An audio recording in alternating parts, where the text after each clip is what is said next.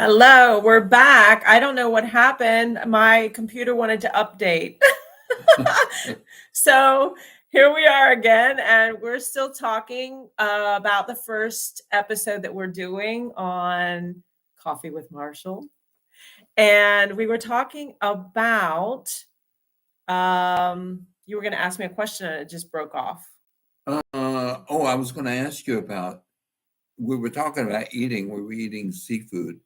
And then the big culture shock for me was the eating so late at night. How did you do that? I mean, when you lived in America, we ate dinner at 5 or 6 o'clock.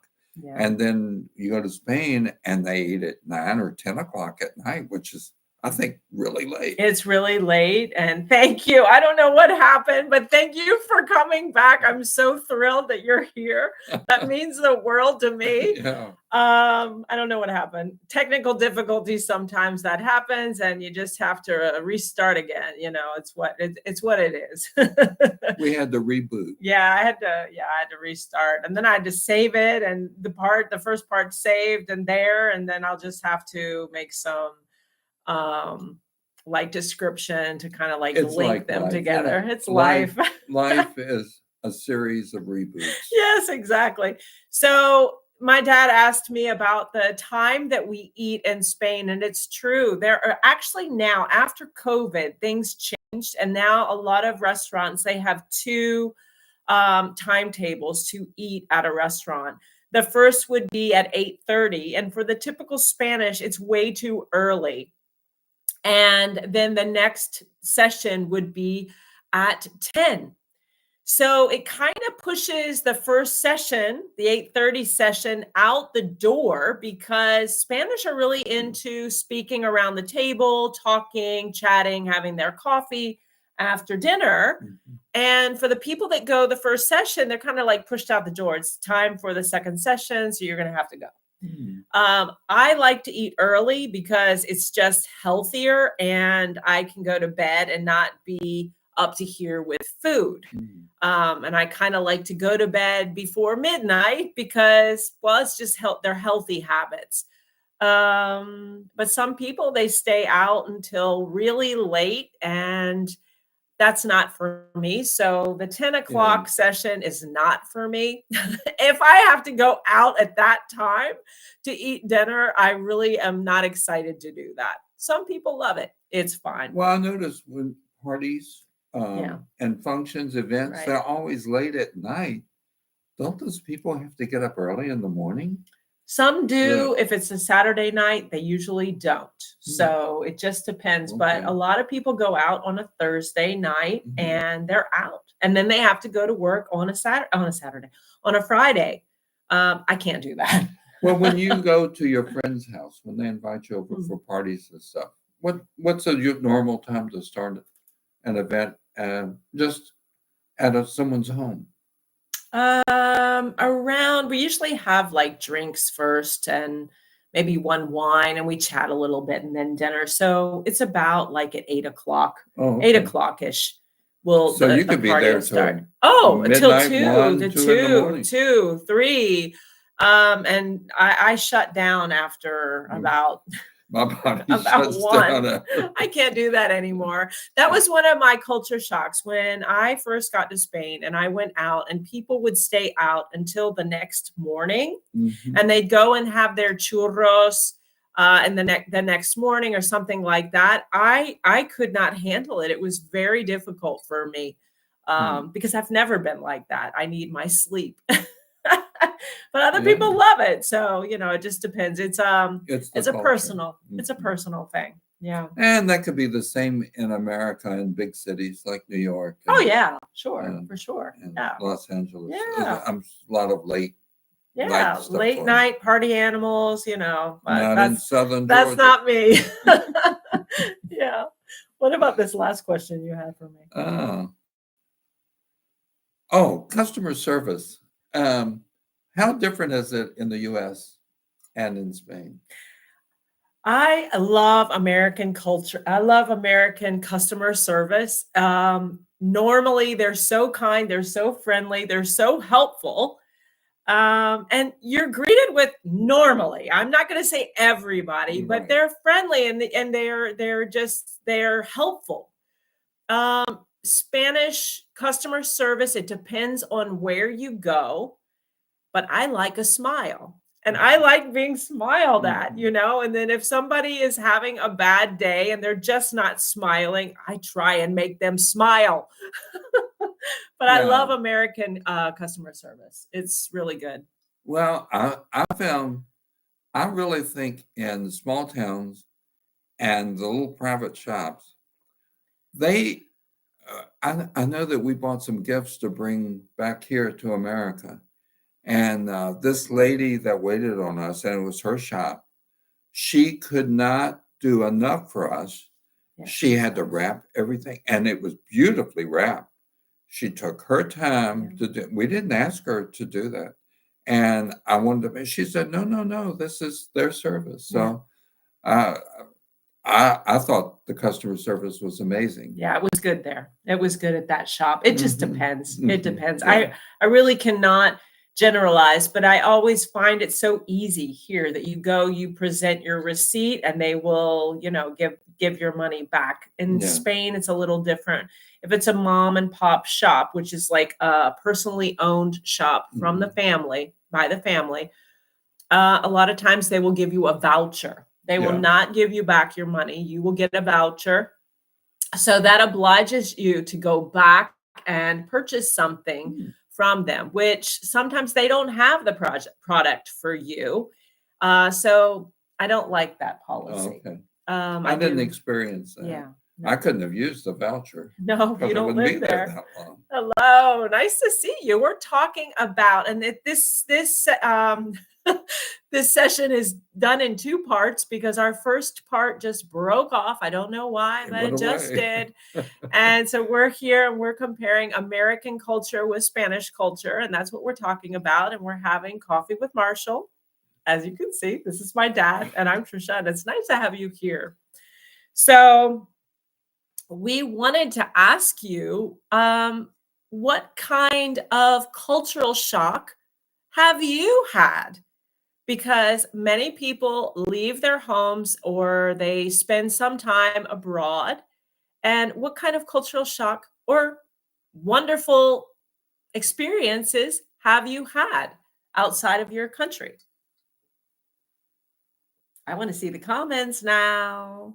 Well, while you're waiting for comments, I do not speak any Spanish. Number one, I have an ace personal interpreter here, and she speaks many languages. But I noticed if in Spain, if I had a language problem, I always look for a young person because the young people, every one of them Yeah. speak English of some type, and there are a lot of older people that speak English. It's another good reason to speak English is for international communication. Okay. Mhm. Okay. Okay, so interesting. 5-day work week in USA as opposed to 6-day work week in Asia. Okay, interesting. So do you have to work 6 days out of the week? How many hours? And how many hours is considered a work day? How many languages do you speak, teacher? Well, I speak fluent Spanish. I speak conversational French. I can understand a little German, a little Italian, and a little Portuguese. Yeah. So, what is a work day? How many hours is included in one work day? Because here in the US, what is it, 9 to 5 or a little more? Usually 8 hours. 8 hours. Usually Okay. 8 hours. Some people, some professionals work like on a 30 to 35-hour work week. They'll work like Monday through Thursday and have off Friday, Okay. or a half a day on Friday. Okay. They're just different ways.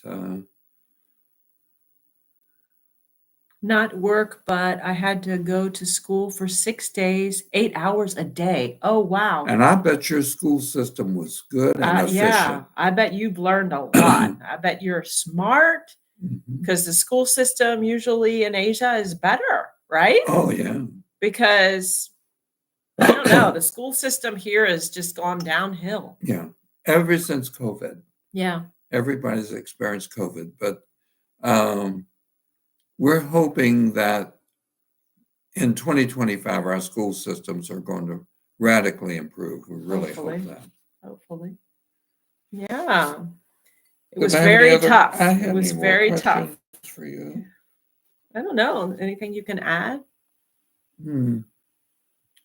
Well, I'm going to go to Spain again to Yeah. visit with Tricia, Yeah. and in January. So I'm looking forward to that. It's been many years since A I've long been. time. Oh Yeah. my gosh. Yes. A COVID Yes. away. Oh my gosh. Yeah. COVID in the middle. And that year I Mm. couldn't come home. That was That was awful. bad. Yeah. That was awful. We speak on the telephone every day. I Yeah. mean, it's wonderful to be able to communicate and Mhm. use what we have available, but not being able to come home that year. I used to go to school for 5 days for 8 hours. Mhm. Yeah. Yeah. And how was the school system in India, Sri? Was it good? Were you happy with it? How was it? What is his name? A workday in Germany is usually 8 8 hours. hours. Mhm. Okay, so very similar to the US. Mhm. Yeah, so much pressure, Tricia. Yeah. Yeah, and that takes a toll. That's it's complicated to surpass that mindset, to be so pressurized by family, by culture, by push, push, push, push. And if Yeah. you're not the best, that's hard. Yeah. Yeah. Yeah. It's hard. That's what I've heard as well. It's interesting. My grandson hardly ever has any homework. And I'm wondering, is it because he's not bringing the homework home? Yeah. But a lot of them have free time at the end of the day that they can do their homework at school and don't have to bring it home. But I think those that come home and do homework and study have much better grades. Yeah. Another thing in USA is one of the only places that uses imperial instead of metric system. Yeah. I'm sure most immigrants have trouble adjusting to that. I am sure. Yeah, it's all kind of like they have to really look at things like in a shop or whatever to know that it's in yards instead of meters, definitely. Well, the young people know that better. Us older people, we're used to inches and feet and yards, and Europeans have the metric system. Yeah, which no, I'm not but it's familiar with. worldly. But it's worldly, as you Yeah, can see. yeah. And most of the children in India miss their childhood due to studies and stress. Oh, Really, wow. that's sad. Oh, that's all. Yeah. Okay. So there needs to be a happy Happy medium, medium, yeah. like let kids play because they're kids once in their life and they need and they deserve to play and use their creativity through play. Mhm. And the other is you have to be accountable for your schoolwork and you can go play when you finish your homework, Mhm. right? That's what I had to do. Yeah. Right. Yeah. So, do you have any questions? Would you like to ask any questions to us about this topic? And is there any other topic that you would be interested in seeing us talking about for the future? Because my idea for the next session is going to be learning language, tips, tricks, and funny miscommunications. Because we have a funny story to tell you about a funny miscommunication with my dad Oh. in Spain. It was a long time ago, but it's funny and it happens to everybody, myself included. Yeah. Well, it kind of makes you not want to speak again. Yeah. You don't want to make a fool of yourself. Well, and and I that's did make a fool of myself. and that's so important for my students and my community to know that we make mistakes too, and we just have to push forward. We're all human. We're human. We're all brothers and sisters here, and we make mistakes. Yeah. All right, there's more good in the world than bad, and it starts with me and the choices I make, inspired by your last lesson. Oh, thank you so much. In Spain, the biggest sport is football. Yes, soccer. And in America, it's American football. Yes, you're so right. Absolutely. How was your school life, Tricia? I had a really good childhood. She was a good student. I was a good student. She's straight A's. Yeah. I made really good. She'd get upset if she got a B. Well, yeah, but then middle school and high school. I was happy if I got a C. But then middle school and high school were different. I mean, I had to show up differently. I had to reprogram myself and be more accountable to school. But yeah, I took it personally. Yeah. If I got a bad grade, I took it personally. And there was one time, and I loved this teacher. This is a true story. He was my first male I still remember it. Teacher, Mr. Degatani. His name was Mr. Degatani. I was in 3rd grade, and then I had him in 4th grade as well. And I had to study something for social studies, which was like world geography, we're going to say. And I could not remember an answer. I completely drew a blank. I didn't know. I had to list like 7 things, and I could only list 6. And I got so angry with myself. And I started to cry when everybody was handing in their tests. And I didn't know the last answer. I just completely blocked. And he said, "Do you need a moment?" And he sent me to the bathroom. Because I was just really upset. And I went and I cried in the bathroom. And then he came and got me and he said, "Tricia, I know you know this. It's okay. You'll do better the last time." So he was encouraging, but I did not get 100%. And I knew that, this was something about world geography. And I loved world geography. I've always loved things about the world. You don't blow out the candles on her birthday cake. I'll leave you with that. Yeah, that's another story that we can talk about another time. I need to write a note or I will forget that. Yeah. So we will, I'll post this on my Instagram. I'll also program this here. And Mike says he had a similar moment as well. I cried when I didn't know the answer on a test, and my teacher gave me extra time at the end of the day to complete it. That was nice. That was a good teacher. Yeah. Yes, because when you block, it's just terrible. And I know, and I will finish with this, I know that we all blank when we are speaking, not only in English, but for myself. If I am in a large group and I'm having to talk about something and I'm looking for the right words to have everybody understand me, sometimes I draw a blank and you just feel stupid, but you just go on because I want people to understand me and I just move forward. And I know it happens to you in English and it is okay. And you just take your moment and you breathe and you find a different way to explain that word. And that is called paraphrasing, because maybe you can't remember the word, I don't know, for toilet paper, for example. And you say, something that's paper that I use in the bathroom, and that's toilet paper. And they're like, "Oh, okay, let me get you some." Because maybe you're at a restaurant and you don't remember what the name is and you're asking for it and you can't do it. So you paraphrase it, you describe it, and you know the vocabulary for that. So that is that's a senior citizen's life. What does it mean to draw a blank? To draw a blank. But I hate to be like, last night, when we went to a big party in the neighborhood, there are people that I know, like my own name. Well, I don't forget my own name, but I sure forgot their name, and it's embarrassing. It is embarrassing. But it happens. The older you get, it just happens. To draw a blank means you can't think of the word. It's just blank. It's like a blank moment in your mind until you can put yourself in position again to where you were and just breathe and speak about what you were speaking about and just It's describe much it. healthier for you. I have a friend that is got a little bit of dementia, and he beats himself up because he can't think of a word. And I said, you know, we all go through that. Yeah. So just enjoy life and try to remember. But if you can't, nobody's going to hold you accountable. Yeah. You know, especially in a friendship situation. Right.